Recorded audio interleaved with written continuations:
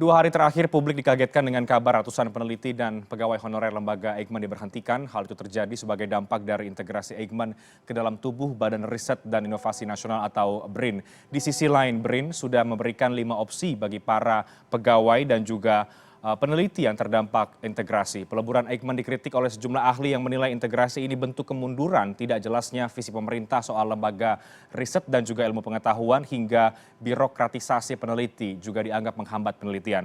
Saya akan tanyakan langsung terkait dengan sorotan publik terhadap BRIN pasca lembaga Eijkman bergabung bersama dengan langsung Pak Laksana Trihandoko, Kepala Badan Riset dan juga Inovasi Nasional BRIN. Selamat malam Pak Handoko, apa kabar?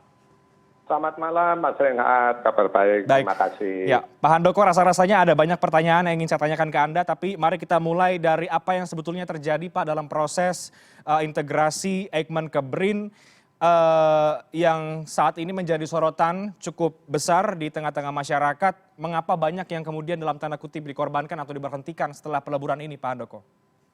Ya, terima kasih. Jadi begini Mas Renhat, jadi yang terjadi itu bukan peleburan gitu ya. Ya, justru kita itu memperkuat dan melembagakan Eijkman gitu. Karena sebelumnya Eijkman itu adalah satu unit proyek. Ya, proyek bukan lembaga yang ada di bawah Kemenristek. Nah, karena Kemenristek diintegrasikan ke dalam BRIN ya 1 September itu, maka otomatis Eijkman juga masuk di situ dan itu yang kami pakai sebagai kesempatan untuk melembagakan Eijkman, begitu ya, sehingga sekarang Eijkman menjadi lembaga pemerintah resmi dengan nama Pusat Riset Biologi Molekuler Eijkman, gitu ya. Jadi seperti itu, gitu.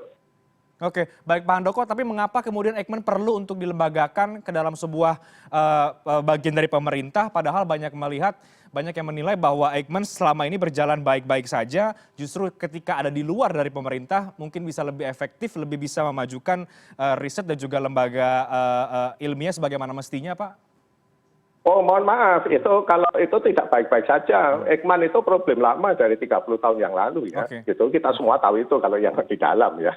Gitu. Ya, problem karena kelembagaannya problem begitu ya. Dan padahal Eijkman itu memakai dana APBN, memakai uang negara loh ya setiap tahunnya melalui Kemenristek gitu. Jadi itu tidak bisa dibenarkan praktek seperti itu begitu. Ya, karena itu kan kalau kita pakai APBN uang negara ya harus mengikuti ketentuan dari pemerintah, dari Menteri Keuangan khususnya ya, karena itu kan amanat dari uang masyarakat ya, gitu. Jadi bukan lembaga swasta, gitu ya. Dari dulu Eijkman itu di bawah Kemenristek, gitu. Tetapi karena mereka itu hanya unit proyek misalnya, sehingga PNS periset yang ada di Eijkman itu tidak bisa diberikan hak finansial sebagai periset, mereka itu hanya sebagai tenaga administrasi selama ini ya, gitu. Nah untuk memecahkan masalah itulah kami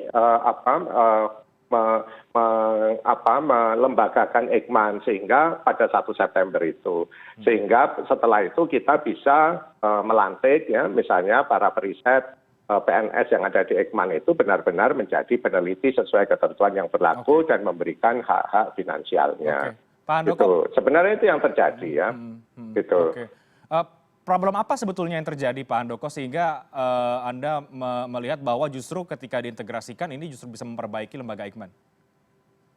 Nah ya kalau statusnya nggak jelas kan periset yang di dalamnya juga tidak punya kepastian hukum, ya kan?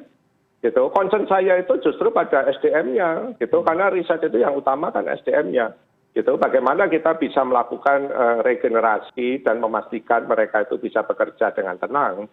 Ya kan, kalau statusnya tidak jelas, gitu. Nah kejelasan status inilah yang sekarang kita lakukan, begitu ya. Dan karena itu kita berikan banyak opsi kan kepada mereka yang kebetulan belum PNS misalnya ya, gitu. Dan sebagian kan sudah berproses menjadi ASN, sudah diterima ya, yang sudah S3 tentu saja, gitu. Karena mereka itulah yang memiliki kualifikasi sebagai periset. Gitu. Kalau selain itu kan kualifikasinya baru asisten periset ya, gitu. Oke. Tapi integrasi ini juga dikritik Pak. Saya yakin juga Anda melihat ya pemberitaan beberapa hari terakhir dari banyak pihak. terkait juga nasib dari mereka yang kemudian dalam tanda kutip harus diberhentikan begitu. Nah, bagaimana Anda menjawab soal kritik yang datang belakangan ini? Jadi ya berbagai kritikan itu kan muncul karena ya saya juga bisa paham karena kan mereka mungkin tidak tahu ya problem sebenarnya, begitu ya. Gitu. Jadi kemudian yang diberhentikan ya itu memang harus diberhentikan karena tidak bisa kita merekrut orang seenaknya sendiri ya. Tetapi itu kan kami kemudian memberikan opsi, ya kan?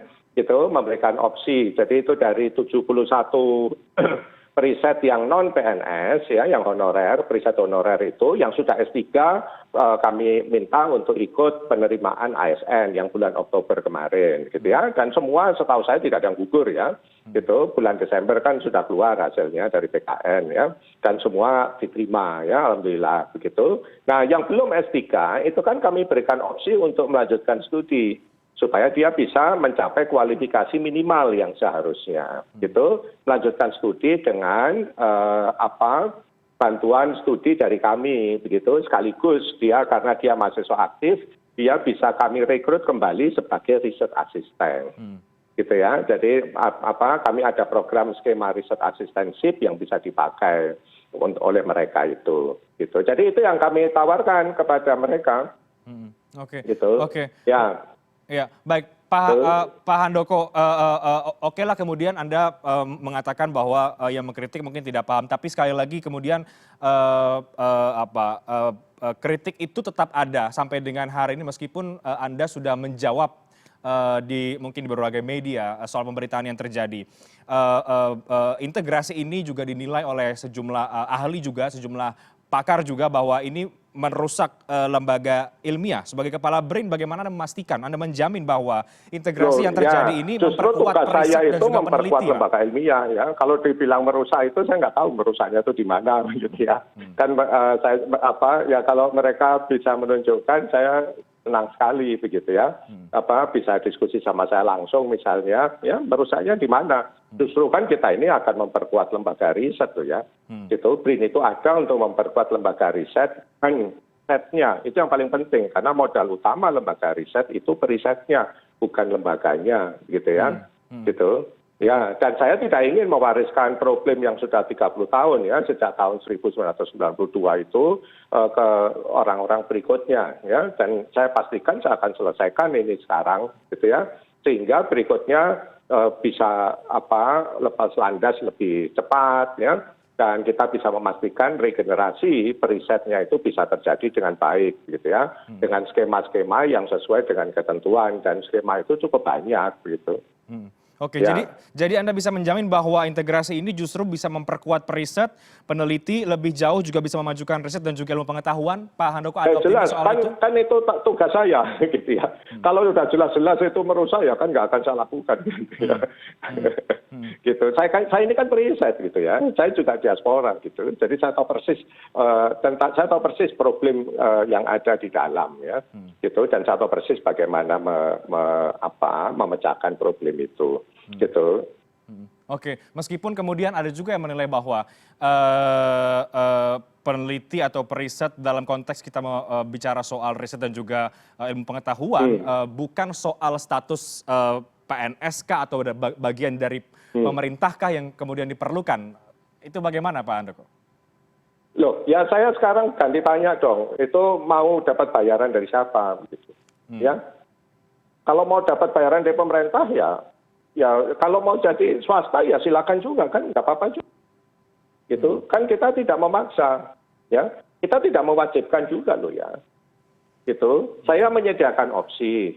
Kalau mau yang sudah S3 yang memenuhi kualifikasi, karena memang untuk masuk jadi calon periset BRIN yang baru itu semua minimal S3.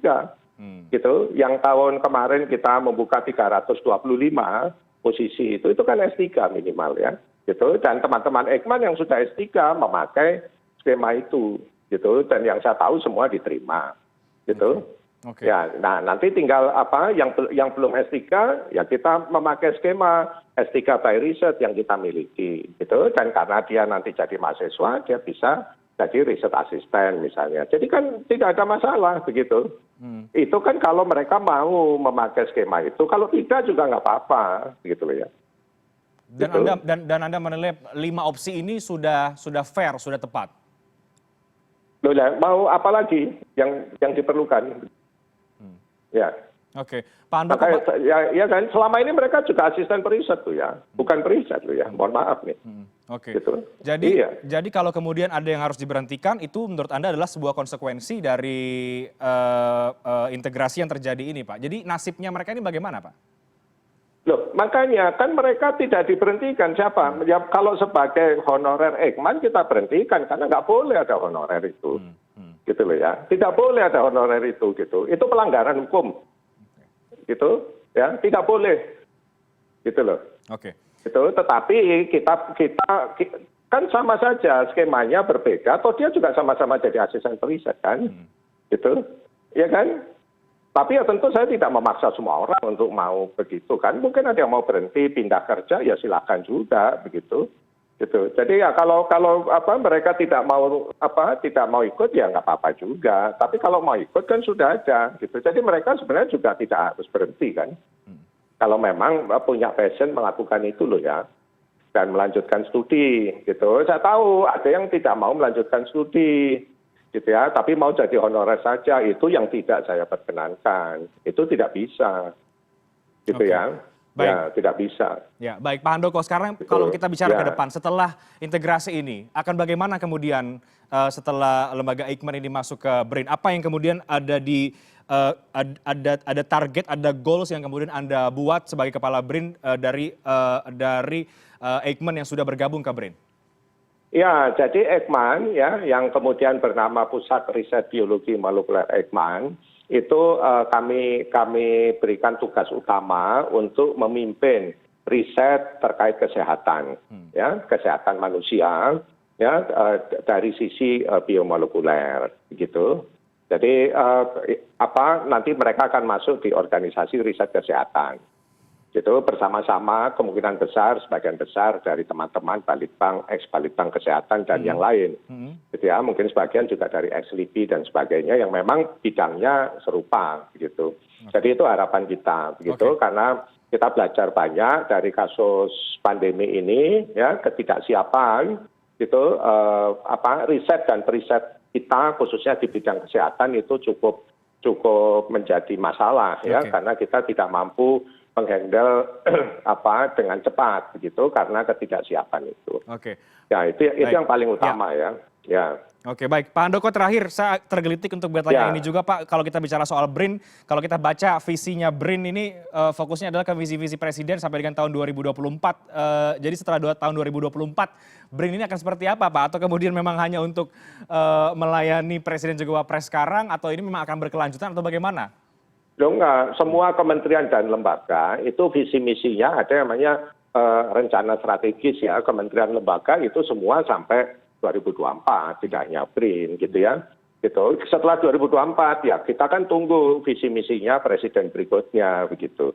Jadi itu sudah standar untuk semua kementerian lembaga ya sampai 2024. Ya. Oke, baik. Ya range-nya ya, pasti 5 tahunan sesuai dengan visi misi dari presiden sebagai pemegang amanah eksekutif ya tertinggi gitu. Oke, baik. Semua sama, bukan berarti terus 2024 kita nggak tahu mau ngapain, bukan begitu ya. Gitu. Kita kan nggak boleh ngelancangin dong karena itu kan hak prerogatif dari presiden berikutnya siapapun ya beliau nanti. Gitu. Baik, Pak Handoko, sekali lagi terakhir. Anda menyikapi sorotan yang tengah dilihat oleh publik, oleh sebagian pihak terhadap integrasi ini, banyak juga mengkritik, tanggapan Anda sebagai Kepala BRIN, Pak? Loh, kalau saya tidak, kan saya sudah sampaikan apa adanya ya, semua problem gitu ya. Saya sebenarnya tidak ingin juga mengungkapkan problem Eijkman internal itu ke publik ya, tetapi ya karena ada kritikan ya saya sampaikan problemnya supaya mereka paham begitu ya. Gitu. Ya, jadi supaya paham situasinya mengapa sih harus dibegitukan begitu ya. Gitu. Dan tentu saya juga sebagai periset ya, tujuan utama kita kan membuat riset ya, dan para periset yang bekerja di dalamnya itu semakin hari harus semakin baik. gitu. Karena kalau mereka tidak baik ya riset negara kita nggak akan maju gitu ya. Dan tanggung jawab saya lah untuk membuat semuanya itu makin baik ya ke depannya gitu. Oke, baik. Terima kasih banyak Pak Laksana Trihandoko, Ya, terima Kepala kasih, BRIN Mas. sudah menjawab beberapa Ya. pertanyaan kami. Mari kita akan lihat bagaimana kemudian BRIN ini ke depan dan juga soal periset dan juga ilmu pengetahuan yang tadi juga Anda katakan ingin memajukan semuanya dalam Badan Riset dan juga Inovasi Nasional. Terima kasih banyak Pak Handoko sudah bergabung di Newscast malam hari ini. Selamat malam. Terima Sehat selalu. kasih, sama-sama. Kami akan segera kembali sesaat lagi tetap di CNN Indonesia Newscast.